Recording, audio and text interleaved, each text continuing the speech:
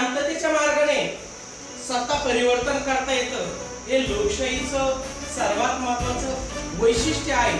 आणि जीत हील पंडावरे जिद्द राहू दे मनी झुंजायची पुन्हा अडवतील ही लाख वादळे सिद्ध होनी तुला उजळायचे पुन्हा हो